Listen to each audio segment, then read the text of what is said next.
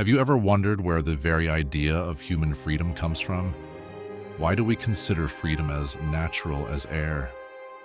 In this lecture, we'll explore how freedom became a central theme in modern philosophy.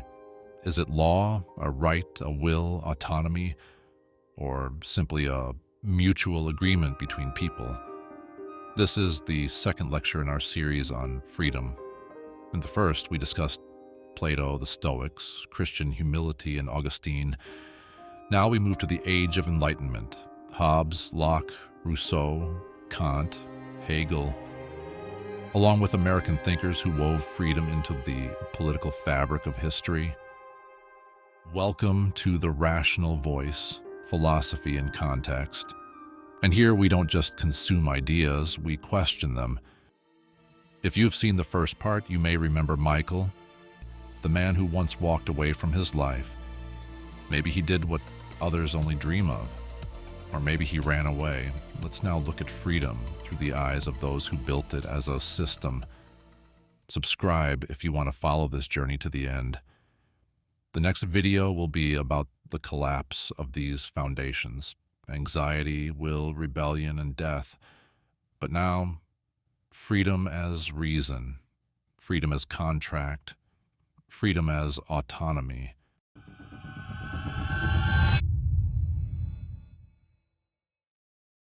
Can one be free by surrendering one's will to the state? Liberty is the silence of the law. Thomas Hobbes, Leviathan. Hobbes stands as a transitional figure, not yet the Enlightenment, but essential to understanding Locke. After the bloody English civil wars, he posed a central question: can we preserve freedom without destroying order? In Hobbes's view, the state of nature is one of chaos. There's no law, no justice, no property, only fear, distrust, and violence. Homo homini lupus est. Man is a wolf to man. Freedom, for Hobbes, is not a natural given. It must be constructed. It exists only within law, hence his idea of a social contract. Individuals surrender their natural rights to a sovereign, the Leviathan, in exchange for security. Freedom, then, is not the anarchy of choice, but the ability to act without external hindrance within a legal order. The essence of liberty is not in disobedience, but in not being destroyed. Compare this to Kant's idea of autonomy. As we will see, freedom may mean the opposite, not obedience, but self-legislation.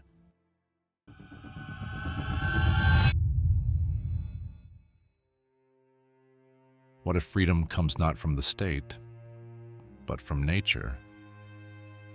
Freedom is to be under no restraint but the law of nature.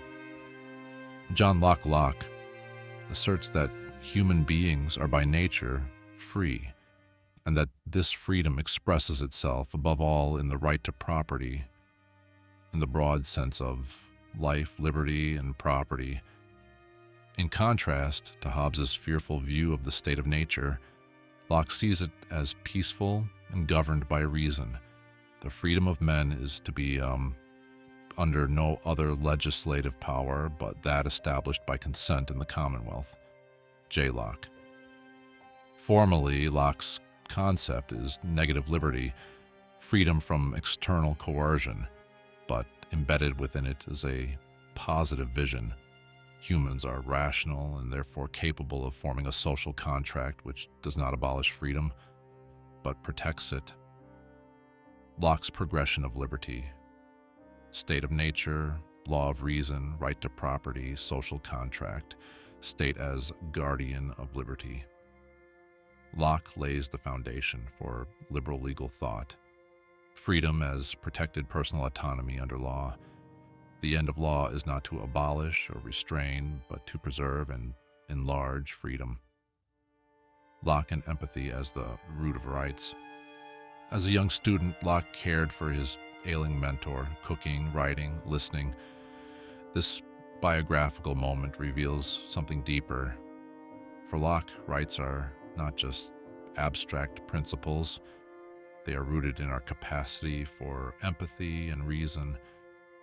Some scholars argue this early experience shaped Locke's later insistence that natural rights like life, liberty, and property are not cold formulas, but expressions of moral feeling and mutual recognition.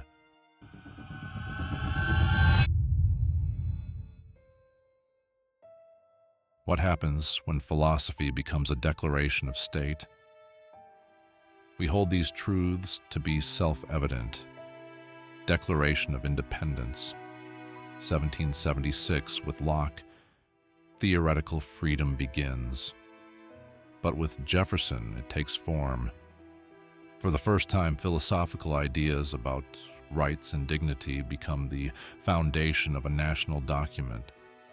Jefferson, one of the founding fathers of the United States, declares, "Freedom is not something granted from above. It is something every person possesses by birth. It is not a privilege. It is the condition of human dignity, life, liberty, and the pursuit of happiness, not just moral truth, but political manifesto." The American Revolution marks the moment when philosophy becomes history. Yet freedom is built on compromises. In the very nation that proclaimed liberty, slavery still existed. This reveals a tension. Freedom as an idea always outpaces its realization. This American tradition of liberty will continue with Emerson, but in a more existential and intuitive direction, and we'll return to that soon.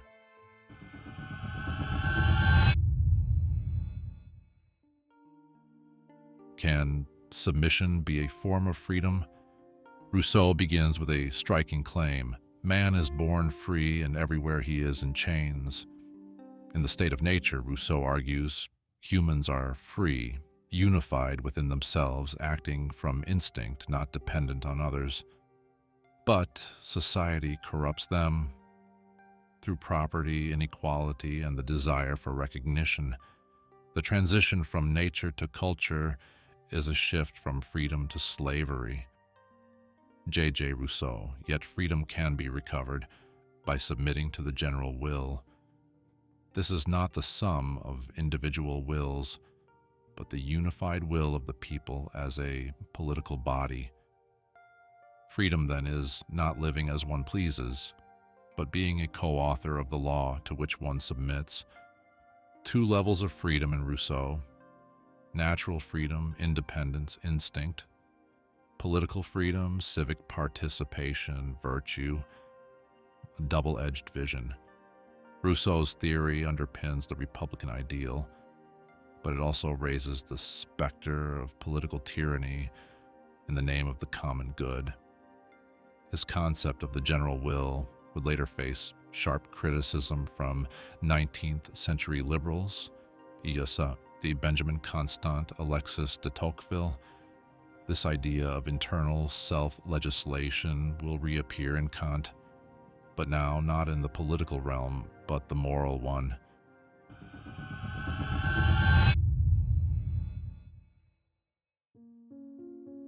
Can obedience to moral duty be the highest form of freedom?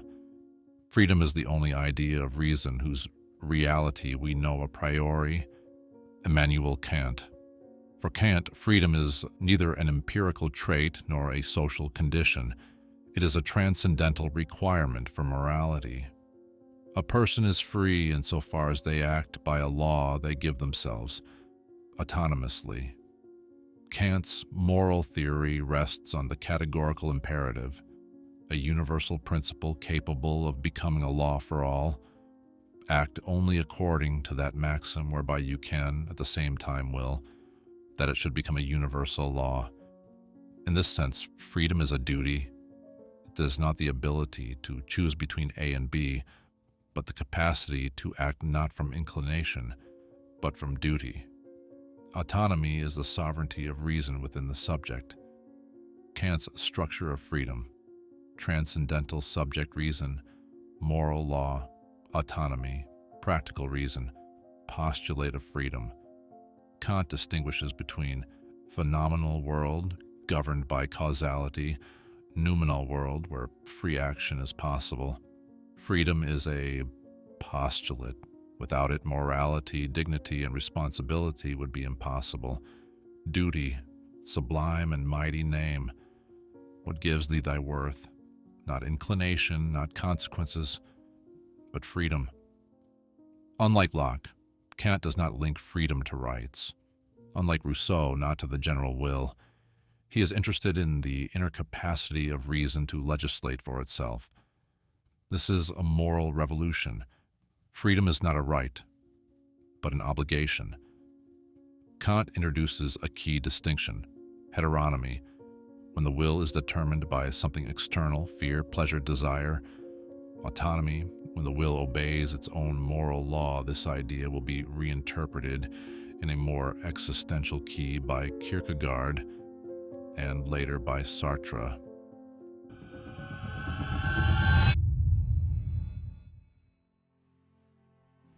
Can freedom be the product of history rather than its premise? The history of the world is none other than the progress of the consciousness of freedom. Hegel develops Kant's ideas, but places them in a historical dialectic. Freedom, he says, is not a starting point, but the outcome of spirit's self-development through contradiction and resolution. In this process, spirit is initially alienated, externalized in institutions, norms, and culture. Through self-reflection, it recognizes this alienation, negates it, and ascends to reconciliation. Freedom emerges as spirit comes to know itself, in the other and in itself again at a higher level.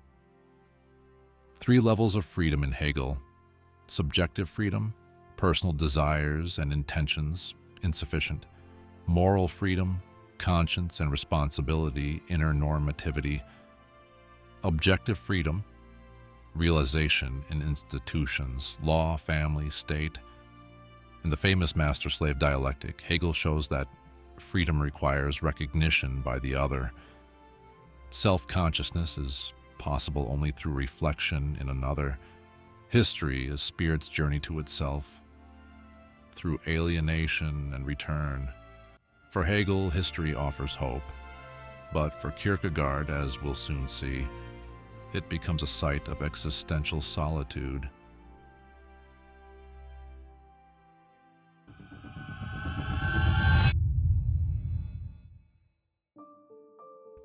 Can one be free, sthiti, simply by being true to oneself? Trust thyself. Every heart vibrates to that iron string.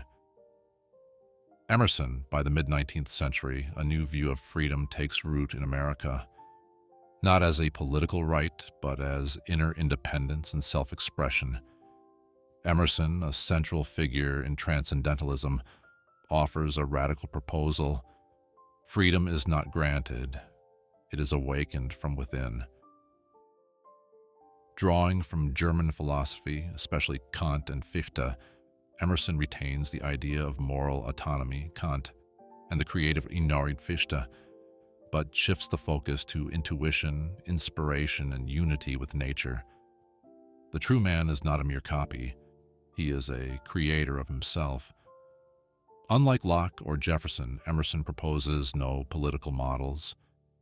His freedom is a poetic challenge to be true to oneself, even if it means clashing with society.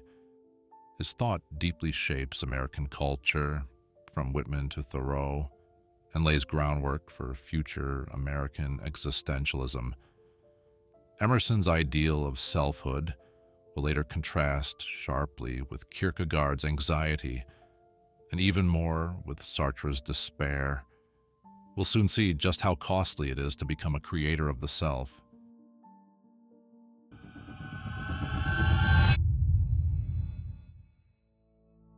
We have traced how freedom became a philosophical concept, from fear of chaos to law, from contract to right, from right to autonomy, from Hobbes's Leviathan to Kant's categorical imperative, from political freedom to Hegel's historical spirit.